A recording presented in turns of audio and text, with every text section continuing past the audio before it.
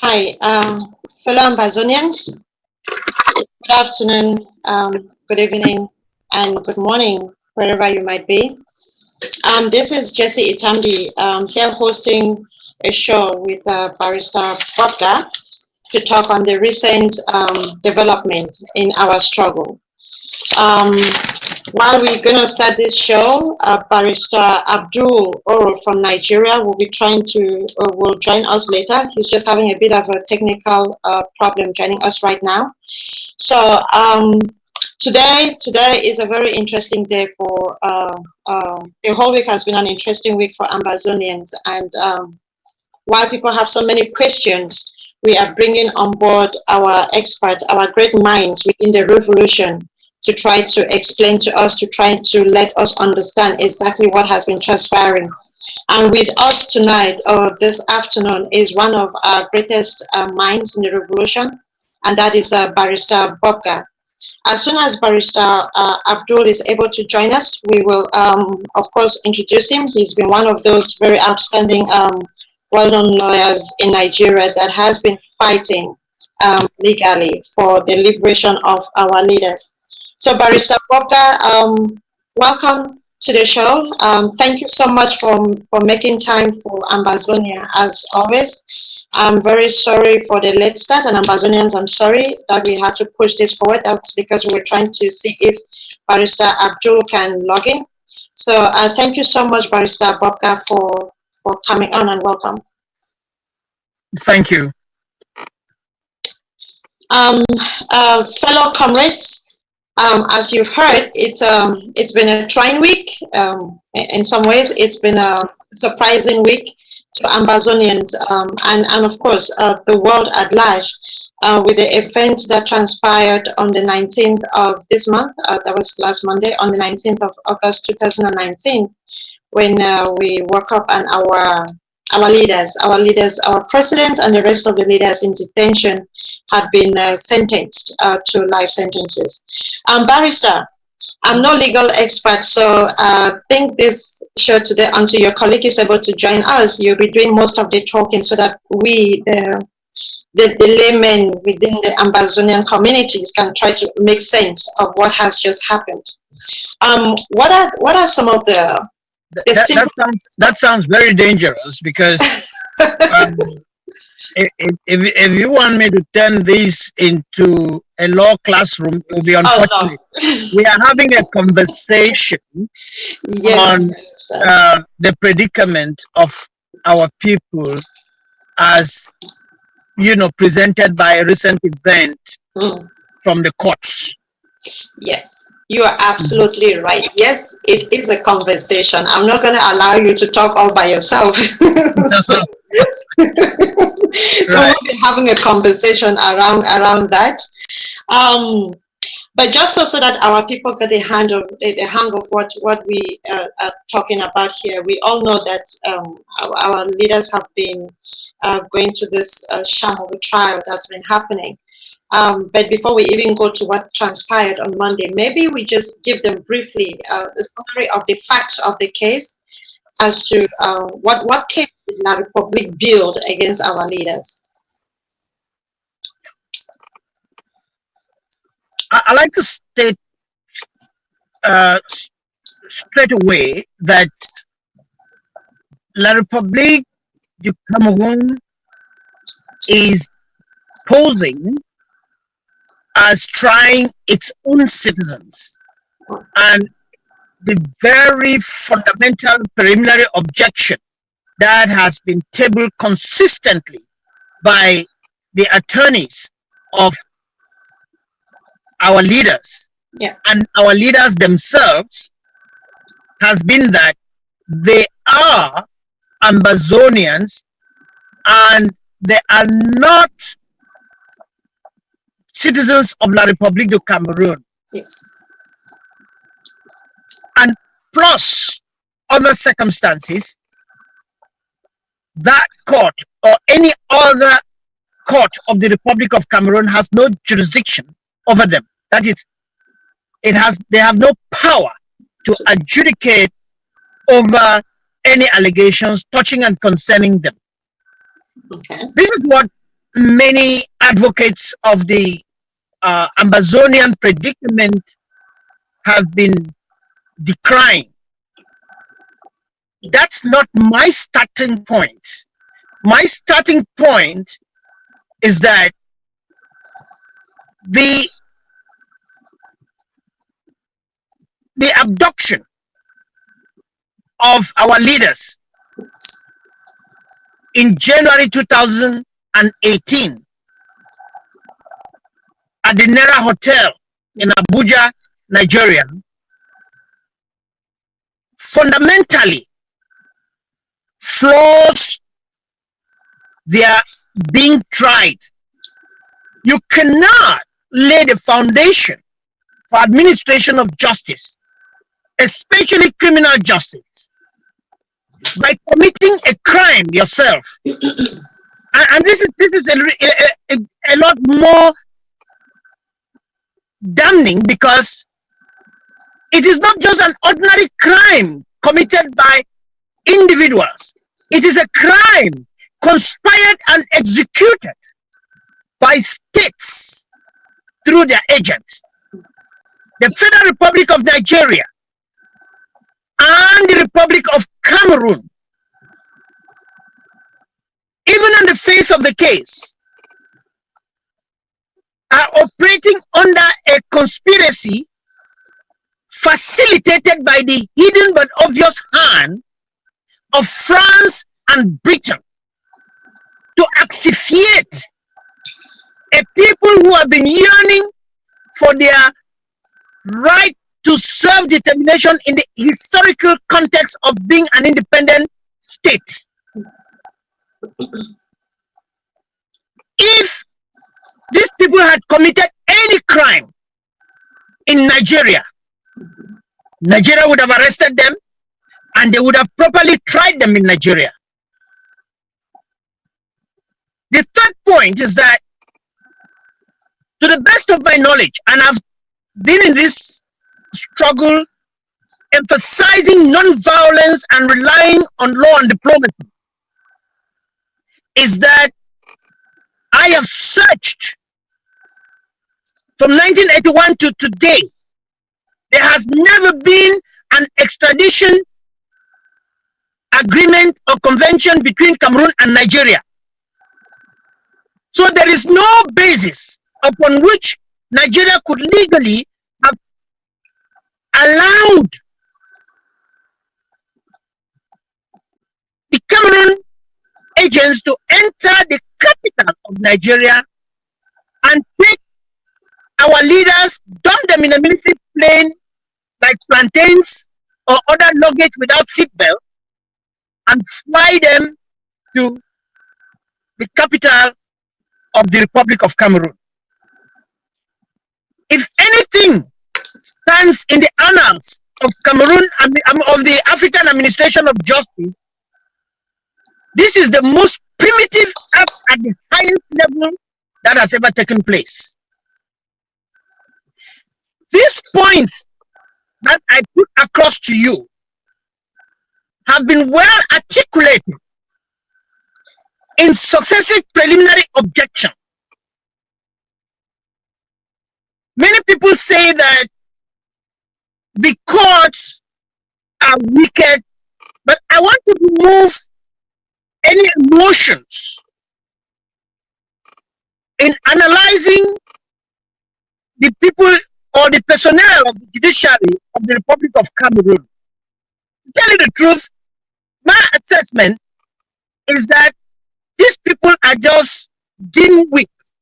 They don't know better. Even if they pass their exams in school, they are not knowledgeable enough or skillful enough to appreciate these things. And, you know, it's very simple. They could borrow from other people. But like we agreed from the onset, what are the facts? These people were abducted. They were not arrested. Nobody in that court has shown a warrant of arrest of our leaders. They were abducted. And if you want to talk to people who would like to hear the way I would talk in the food market in Bamenda to people, Cameroon send people that can't thief will leader them for night. Like thief man, they come for night.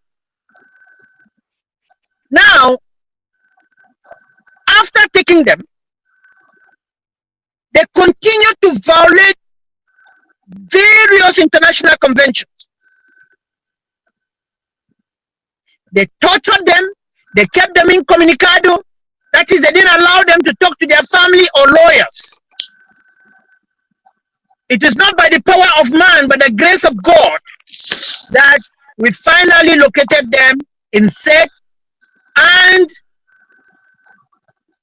God's hand pushed them to send them to Kondengi, and today they are in court. I will explain later that even this sentence, this life sentence, I celebrate it.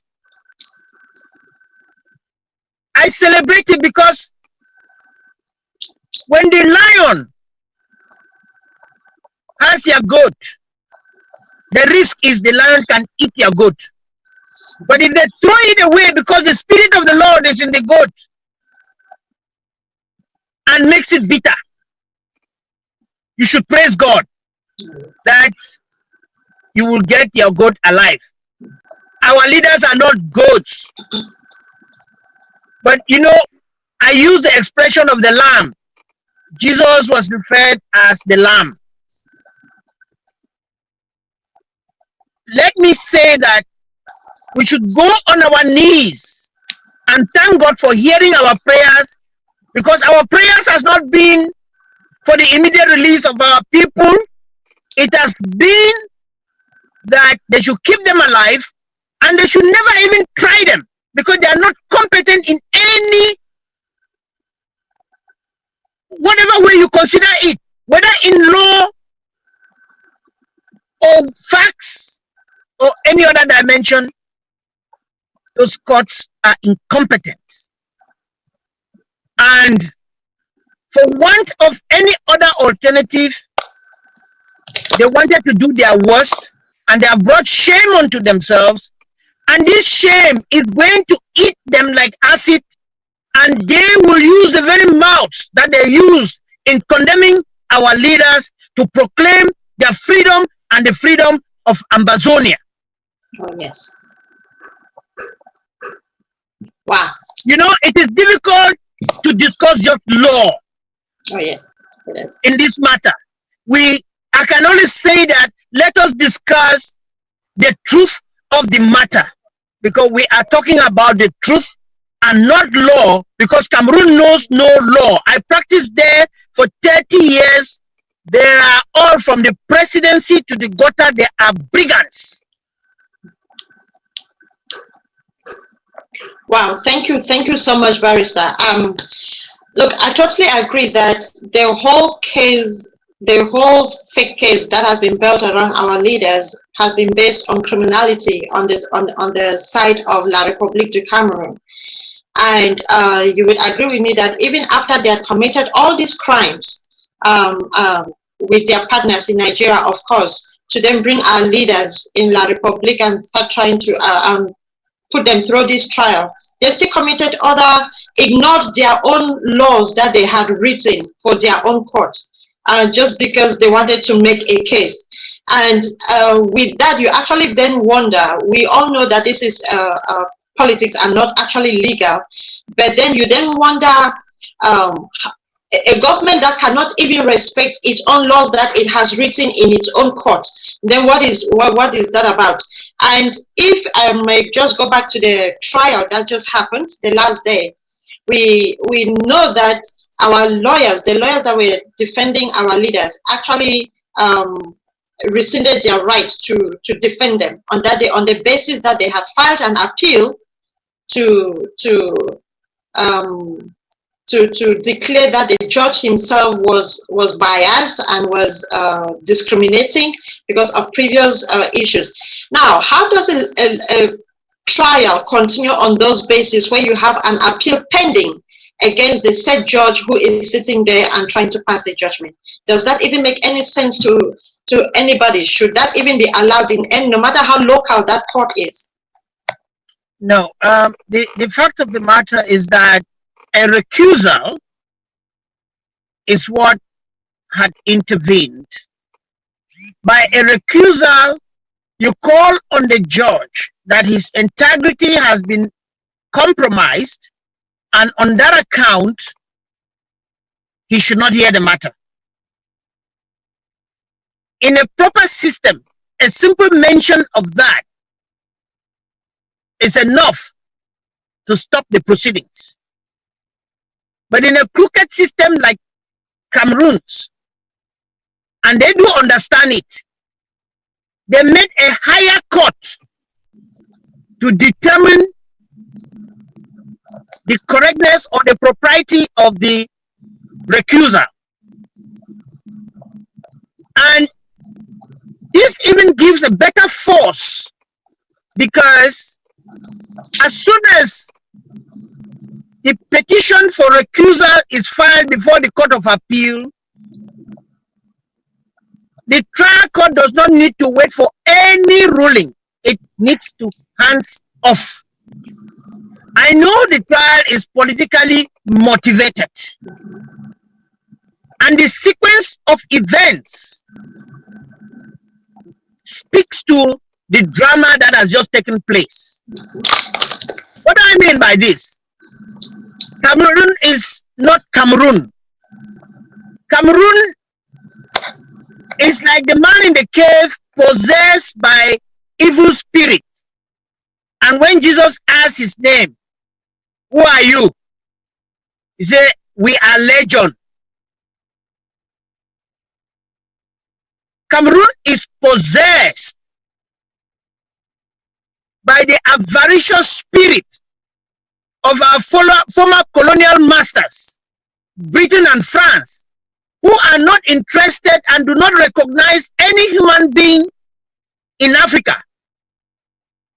In fact, one of the reasons that Buckingham Palace supports and finances the World Wildlife Fund is because they consider us animals, less than them. So they have possessed our leaders.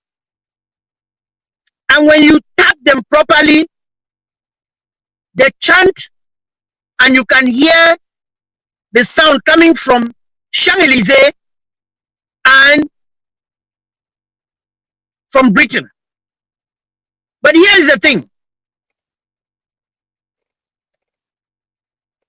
The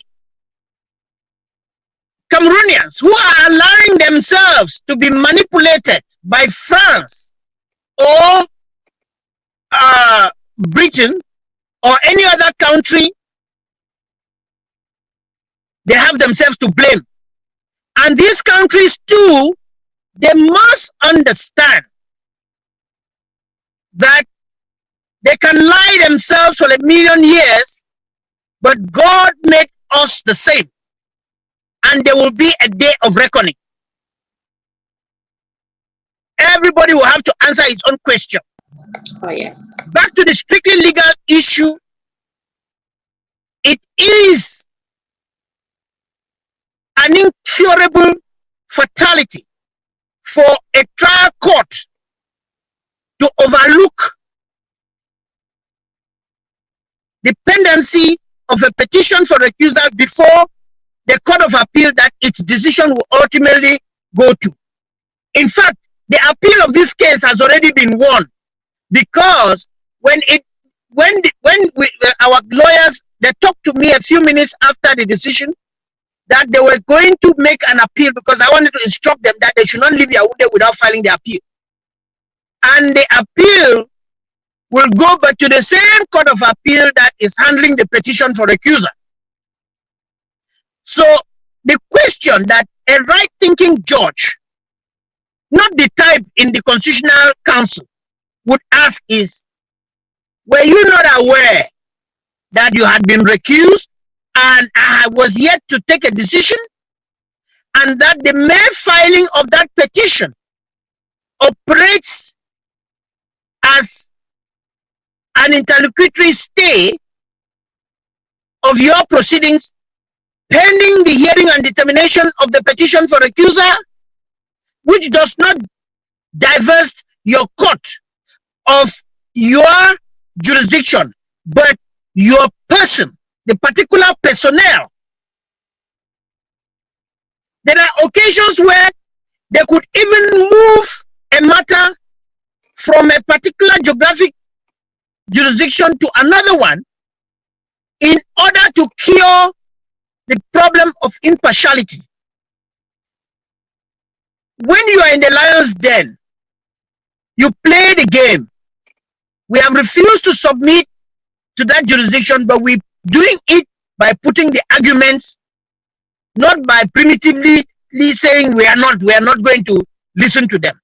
We have listened, we have complied with their law, and they have violated their own law. So the weight on them is unfortunate. So our lawyers acted rightly. Some people have called me to complain that how could the lawyers abandon their clients in court? I want to say the Cameroon Criminal Procedure Code actually provides that there are certain offenses of even lesser seriousness than the one with which our people have been falsely accused. That no court is allowed to hear the matter without the accused persons being represented by well-trained and practicing lawyers. Now that these lawyers withdrew, that was a card they played.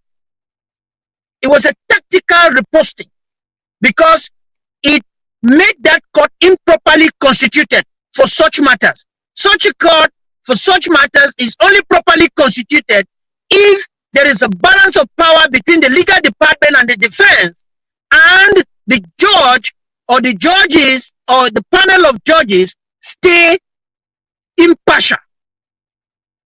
But in this particular instance, the legal department and the bench itself have come across consistently as indistinguishable. It's like you have a soccer match with a team of 10 playing against 20. Yet, they are kicking the ball above the goalpost and the referee is sounding his whistle that they have scored. You cannot deal lies on lies. The first move was a lie, the subsequent moves are lies, and the castle, like the Tower of Babel, is going to crumble on the builders. Barrister, I really do hope our people are listening, because listening to you and understanding all the legal, how would I put it, all the legal, not mistakes, because La Republique lawyers and whoever they are, they did this, the team, they did this deliberately, obviously because they could not adhere their end of the law and actually see justice done. But I'm saying that listening to them, how they fumbled along this whole process, makes you actually wonder if that whole system shouldn't just be scratched and dealt away with, and we just go back to whatever justice there was in those days. But thank God that our system is different. The Ambazonian system is different. Our English law system is different. And we've got lawyers like you that are going to ensure that our judiciary system will be as it's supposed to be. Let me just caution here before you go ahead celebrating. Oh, yeah. And also to caution the members of our profession. The idea that came through my mind when at Liberty Square in Mezam County, I declared the establishment of the common law bar was not so much immediately on the political side. It was strictly a cry for a restoration of the values of the common law. Absolutely. Because the Francophone justice system of La République du Cameroon is a rotten cocoyam market where if you want to eat a plate of cocoyam, you have to buy many bags before you start selecting. And so many of us, one cocoyam that is leaking with infected water can destroy a whole bag. Oh, yes. So many of us have already been infected with the negative values of that system. Absolutely. When I say this, I am relying on the oath that my colleagues took, and I seek protection for the lawyer of the civil party in this matter, because he is one of us. One of them is one of us. Yes. Yeah. And if you read the book of Ezekiel in the Bible, we are told that God's wrath can visit people. But if a split second before that wrath materializes, the people repent, they are more likely to enter heaven than the most righteous who makes the error at the last minute. So I am praying all our Southern Cameroonians to give a benefit of doubt that after our brother paid his license and chose to practice in the Republic of Cameroon, is a lost sheep that must be recovered and not condemned. Back to our own people.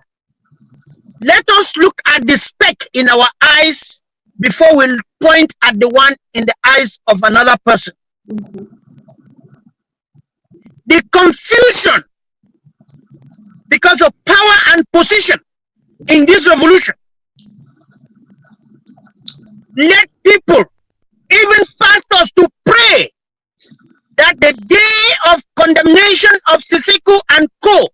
should come to pass. Oh, yeah. I talk with the privilege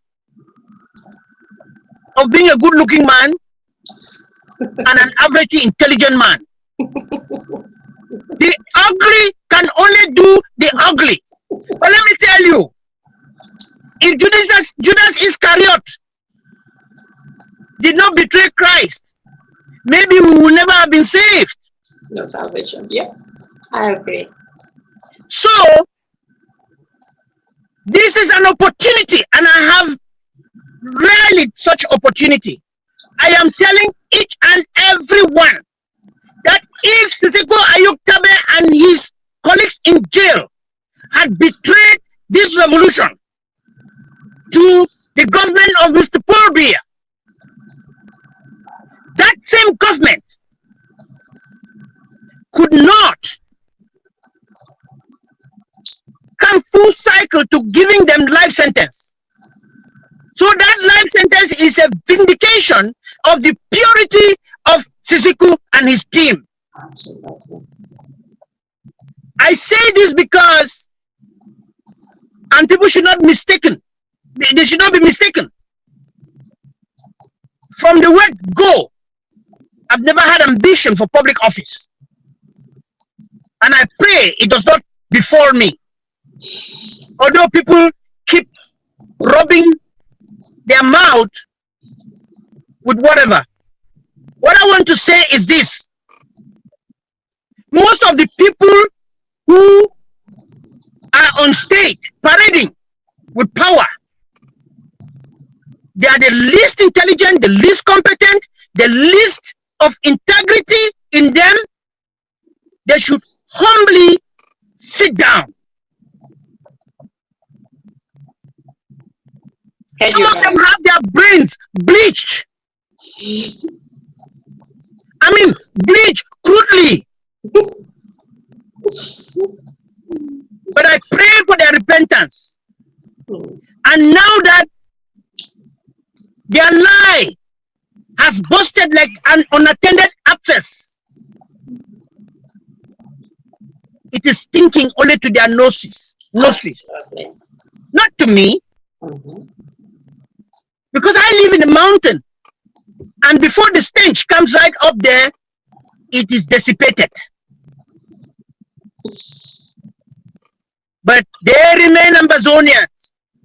And when we get to Boya, there is going to be a Truth and Reconciliation Commission. There is going to be justice. We should stop quarreling among ourselves. Anybody who has a case against Bobga or against XYZ, put it in the parking lot. Let us get home. Because I tell you, the gift I have for Southern Cameroon, Ambazonia, is that there will be justice. I will write and publish. I will mobilize the people I've trained. I will mobilize the people that I lead, and there will be justice. And the justice is going to be compassionate justice. Will make you realize your truth, and when you submit, you shall be saved. If you do not submit, sorry. Barrister, thank you. Thank you so much for those words. You know, I almost forgot that I was on TV with you. I was about to start clapping. So I No, you don't clap, ma'am. You don't clap, ma'am. I caught myself just in time. So thank you so much for those words, Barrister. I think our people need to start, instead of just focusing on the now, we need to start looking at the kind of Amazonia that we want to have, and start making sure that we start building those, molding those leaders that we want to take with us to Boya, and not get stuck in the now and the here. Barrister, I wanted to ask you, with all this fumbling that La Republic has done, and all these shenanigans and games they've played from since when they abducted our leaders to date, they did pass a judgment on the 19th. And to tell you the truth, that judgment, if I can just summarize and then you explain to us, gives all of them life sentences with an additional 5 years on top of those life sentences. They were all found guilty of all counts that they were charged with. And most of those counts are supposed to come with what is it? Execution. Something, yeah, execution. But they ended up with a life sentence with about 5 years added to it, and some ridiculous fine of 250 billion and another huge sum that is supposed to pay as a fine. I would just like you to help explain to our people, because while we find this sentencing very ridiculous, of course, people just want to understand how sentencing like this do work. If you're giving me a life sentence, why do I have to pay you a fine? If I have one life sentence, why do you have to add 5 years on top of my 5 sentences? So maybe you just want to explain that to our people so that they understand this in a layman's term. Jesse, I'm sure you met me for the first time at APNC, and your first impression is that I'm not very extravagant with smiles. But you must have noticed that since this phony judgment was handed down, I've been smiling. Okay, very jovial, yes, that's true. Let me tell you something. The desperation of La Republique is laying bare itself and their strategy. Yeah. First of all,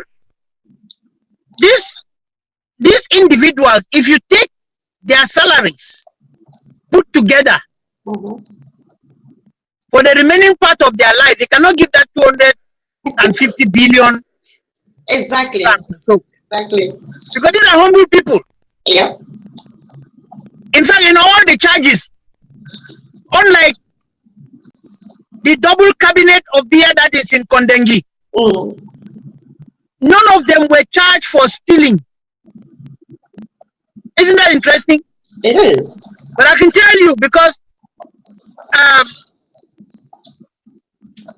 interpretation to the villager is like Ngambe. And so, I mean, I've learned how to interpret judgments, and I can be the Ngambe man of a judgment now. Yes, please. This is exactly what is happening. La Republique has accepted that we are gone. Okay. And he says, okay, since you people say you are Ambazonian, yeah, Ambazonia will pay us. And this can be understood in the colonial policy of France. Yes. As executed all over Africa and in Haiti. Yes. They say because we came and colonized you, you have to pay colonial tax to us. So that money is a colonial tax that the Republic is saying, I agree that I colonized you people after Britain left, but you are going to pay us for colonizing and compromising your rights. That to them is a way of reasoning. If they did not think about that, or if they have any savings, how much is it? If they are in prison for the rest of their life, where would they work the money to pay? Exactly. So they are simply saying, well, we know you're going to go away, but every war, no matter how violent it is, dig into history, you will find out that there is never a true victor or vanquish, because people still come to the discussion table. Now, when they go to the discussion table, the Republic, I tell you, is going to table amongst its claims 250 billion to be collected for the offenses of our leaders. Why are they doing it? The soldiers of the Republic, even though they are big, they are not good enough to compete with neighborhood watch in terms of skills. Yes. So they had to hire Chadians. They had to hire Gabonese to come and fight for them. These people have been killed and their families are asking, where are they? So La Republic is asking for 250 billion to pay compensation for the loss of lives of Chadians and so on. But partners in crime, they always lose equally. Oh, yeah. Yeah. Ambazonia never invited Chad to send the soldiers to come and fight. Yes. So that is their cup of tea. I told you earlier that I don't want to discuss on a straight line the legalism here, because let me tell you, the entire Security Council of the Republic of Cameroon is in a sitting now, watching me live. But I want to tell them that my sins are so many.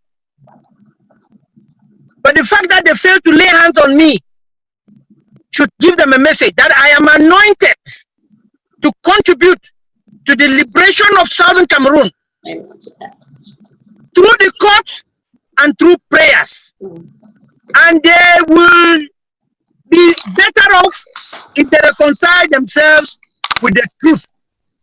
They have infiltrated us in a way you cannot believe.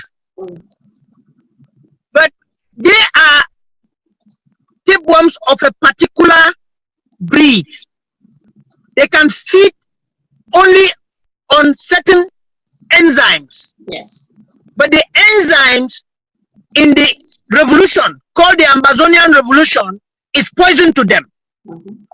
And they are going to die.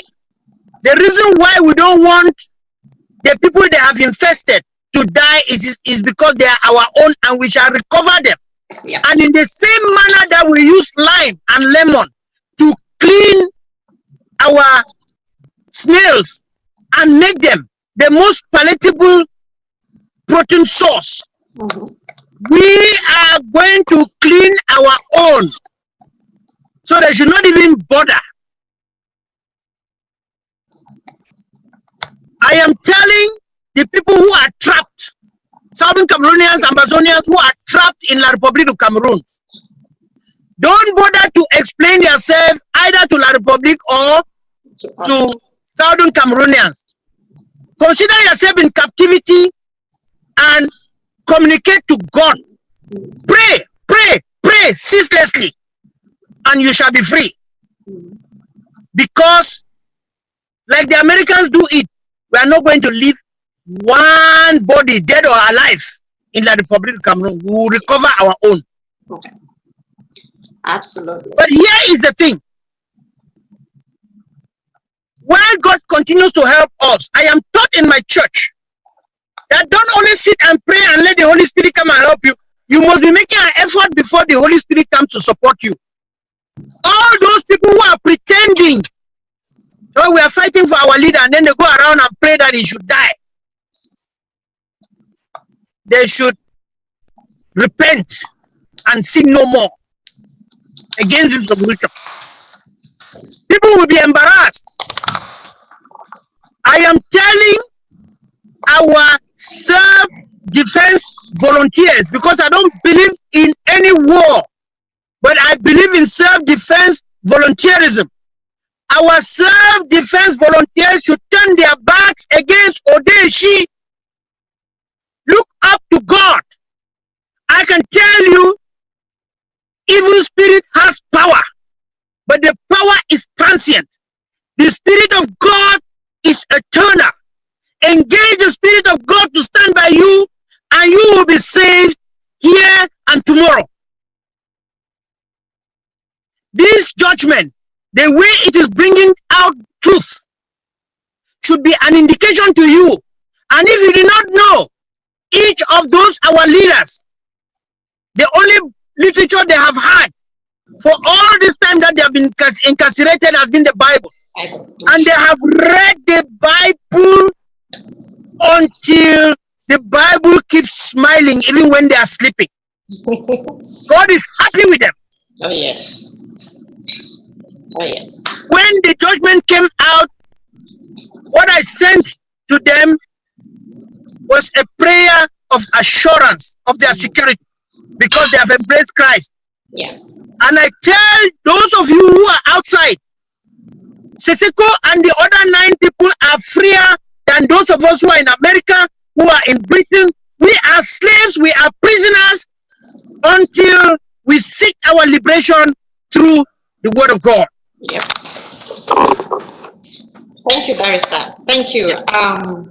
Look, listening to you and looking at the case, I am hoping that those that were really downcast because of the sentencing, because a lot of our people were really downcast, a lot of people lost their morale and they were so demoralized. I am hoping that this word actually, just like you sent that word of assurance to the leaders, I'm hoping that this word will really do reassure them as well, to actually boost them, to know that actually this is God in His own infinite wisdom, responding to us, answering us, and actually paving the way for this whole thing to come to a desired end. Barrister, looking at this current situation that has happened, I did read that the Nigerian government has decided to react in some ways to it. And we know that there is a pending case, right? There's a pending judgment in the Abuja High Court that happened in April of this same year, where they were asking... So it's not pending. The decision had been taken. The decision, yes. There's a judgment. The Attorney General of the Federation of Nigeria indicated that they were going to appeal, but Okay. they did not appeal anymore. The judgment, is now final. And Okay. if Nigeria could save its face and say that the abduction of Seseko and Co. was not an act facilitated by the state of Nigeria. Individuals abuse their offices to facilitate, like any other gang. Yeah. God has given them a unique opportunity by providing the judgment which God held the Attorney General back from appealing, even though he indicated he was going to appeal. And therefore, there is a solid platform now upon which they can ask Cameroon. These people were in Nigeria. Yes. Some of them had asylum. Some had applied for asylum. Yes. We were managing it diplomatically. Now you have gone overboard, which has completely roasted the diplomatic channel we offered you for an African to African treatment of our people. Now we are going to play the card of international law. Remember, the genocide you have carried out on Southern Cameroonians has not spared our Nigerian citizens who are properly registered as foreigners and living in their country. So many of them have died. And this is time for accounting for those people.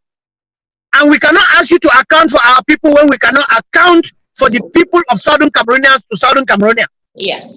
No, absolutely. So please, in the same way that Nigeria was able to go and save the Gambians from their leader, in the same way that Nigeria was able to go to Sierra Leone along with ECOWAS, we are begging of you.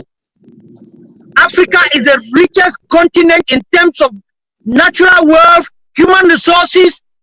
Please let us stop presenting ourselves the way others have decided that we have to present ourselves. Let's arise as the giants that God made us to be.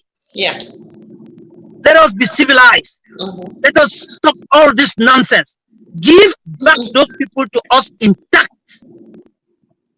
They will not plan any evil against your country in our country, but let them be back here. And on the basis of the earlier Federal High Court judgment, where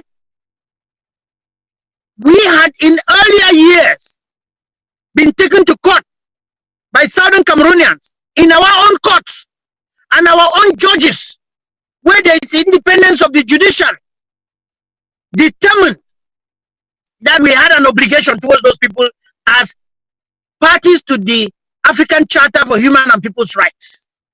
We are both parties to that charter.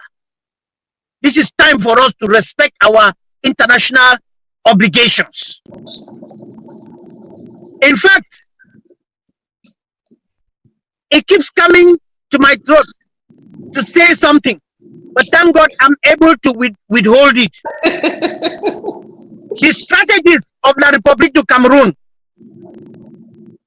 they are not going to know our strategy before it is being executed, not from my mouth. Agreed. No, I am not a social media activist, you know, in the marketplace of talking everything out. They're doing their own job, but me, I'm different. But here's the thing. Nigeria has an interest.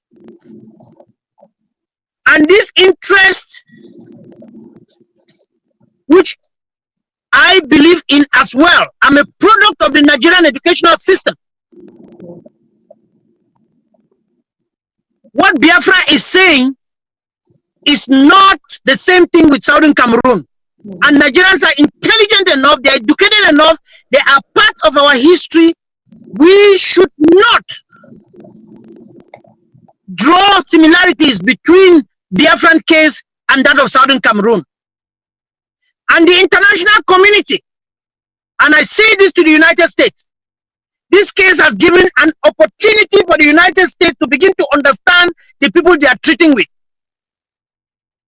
I know you are interested in energy security within the Gulf of Guinea, and the pivot of these energy deposits and other resources is Southern Cameroon. There's no question about it. And you know about it even before decolonization. That is why the British ambassador to the United Nations or League of Nations put his feet on the ground that under no circumstance can Southern Cameroon be directly independent, because it is too rich And if the socialists lay their hands on it because you were afraid of communism, now there's no communism. Can you let us be free? Can we get into a win-win contract? Those resources are exhaustible. What we want is that the resources will be exploited in a combination of our proprietary rights and your technology and your finance to benefit our people and benefit you as an investor. And as you continue to play politics of I'm twisting us, you may lose because other people are beckoning. But I still feel that their democratic values, United States democratic values, are such that we want to partner with you. We also take cognizance of the fact that Britain mistreated you, even though you are partnering with Britain now. They mistreated you and you had to fight a war of liberation. We are not fighting a war of liberation. We are defending ourselves from a war of genocide. And what I say is, get it in the records. Go back to the books. You will see that Franklin Delano Roosevelt was not ready to accommodate Charles de Gaulle. And Africa is suffering from a virus, the Gaullist constitutionalism, which subjugates us to sustain France and indirectly Britain. But humanity can be there for one another. Let their frozen consciences, this is summer, be tickled. Let it be activated. Do the census. You see how many Southern Cameroonians are supporting the economy here. Yeah. And I tell you, those whom you do not want to have here as refugees, give us our freedom. We shall not only go back to Southern Cameroon, we are going to take all Southern Cameroonians out. We will remove some of the African Americans, we will take more Africans, we will develop ourselves, and we will develop Africa. And it will be a beautiful place for you. Today, Americans are going to Ghana to settle. We want to make Southern Cameroon a destination where the cost of heating the house or cooling the house is going to be slashed to 10% of the highest that you can spend in North America between summer and winter. Come on, let us partner and change the world. Because God did not do an absolute creation. God did the basics and empowered humanity to go and make the world a better place than they met it. But individually we cannot. And for my Pan-Africanist brothers, I have been so ashamed that all the bar associations are not making pronouncements. Worse is the African Bar Association. I want to hear them stand up and talk for justice for Southern Cameroon. Stop prostituting yourself. I used to tell my students in Chang University that it is an anointing to be trained as a lawyer. And only those who dedicate themselves to serve God through one of the values given to us can be called anointed. You lawyers in Africa, you are anointed. Stop prostituting yourselves. Assume your responsibilities and be your brother's keeper as far as the justice is concerned. Don't fool your arms that it does not concern me. No, no. I tell you, for so many years, everywhere I went, as a human rights attorney and advocate, I did not preach human rights only for Southern Cameroon or for Cameroon. I preached for the world. And everybody found in me the comfort of security of their own culture, of their own person. This is what I now seek in return from everybody. and maybe China should take note. Any contract you sign with La République du Cameroon on our resources or our land is null and void ab initio. If you are interested, you have to talk to the right people. And the right people for now are Sisiko Ayub Tabe as the face of our revolution and his colleagues, until we get to Boya and we activate the restored institutions of governance that were restored in the proclamation of restoration of independence of Southern Cameroon. Thank you very much, Barrister. Thank you. I really, I don't know.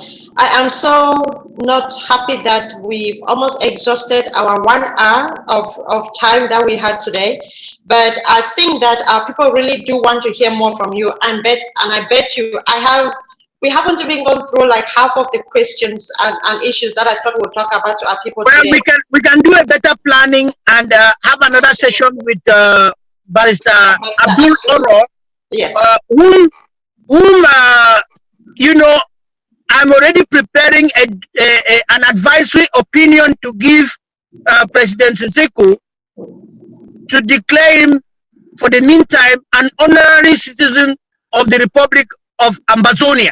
Yes, with the amount of sacrifices done for our people and our leaders, I totally agree with you. So, Barrister, before you go, and I promise that we're going to get in touch with Barrister Abdul. I think he just had a bit of a technical issue today because he was on the move. So we're going to get a better plan with him, and you will come back and probably will bring Professor Anyangwe. I would love to have 3 of you on the panels, and we actually do discuss this thing in detail. So we'll plan that for next week. But before you go, Barrister, I would like you to just say a word to our leaders and their families. Just another word of encouragement to our leaders who are in detention and to their families. And of course, their families include all Ambazonians, just so you know. Well, that is a slippery slope because, you know, let me just say, be encouraged.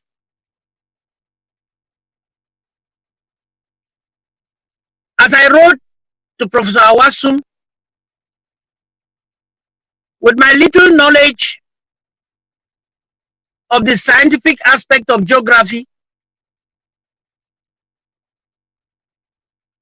the darkest moment in the day is at dawn. So the darkness by the cloud of a life sentence heralds daybreak. Not daybreak Africa only, but daybreak Ambazonia, daybreak Central African sub-region, daybreak West Africa, daybreak Africa, and daybreak the world to truth. Let me be a little bit particular here. All the wives and children of our brothers, go on your knees and give thanks to God. Because this judgment of life sentence is the key out of the prison. I can be particular to Agbono, the wife of our president, my little sister. I know you have been praying. This judgment to you should be an answer of your prayers, because truly, truly, you are having your husband back. And that is the reason why a few weeks or months after he was abducted, you underwent a heart surgery, but that surgery has been healed as if you were never set through surgery. Shufai, my colleague, Eyambe, your wives and your children should be comforted. Professor Awasum, I salute your strength. And I tell Mami in Azri that Mami should hit her chest that I delivered a soldier I did not know. Not a soldier with arms and ammunition, but a prayer warrior. All my brothers, Ndeche,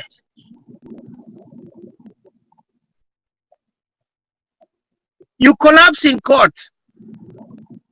That was a weapon you released by the bullet on the enemy.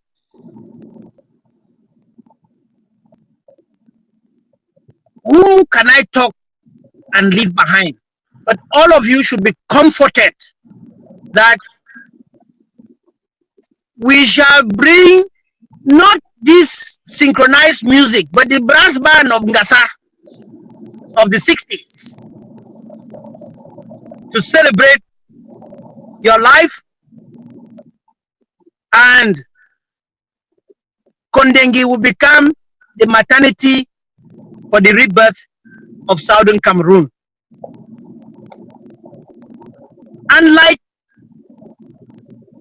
the possessed man in the cave, we are not going to forget our neighbors.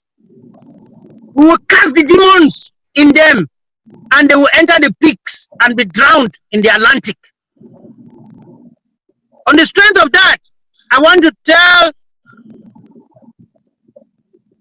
Professor Canto Maurice, you are sent to liberate your people and not to liberate them and continue the enslavement of another people. Because what is good for the goose is good for the gander. We pray for your security, we pray for your release, because physically we are condemned to be neighbors. We shall talk peace as a separate people, because I believe in Pan-Africanism, but the Pan-Africanism must be built on a foundation of mutual recognition and respect of one another. If we do not follow that trajectory, we shall continue to be manipulated by the outsider. And to you, France,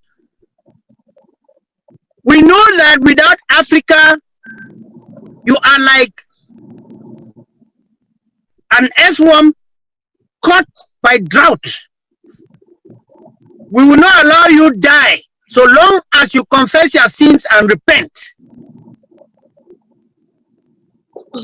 Thank you all, and Ambazonians, be hopeful, be upbeat. God is on our side.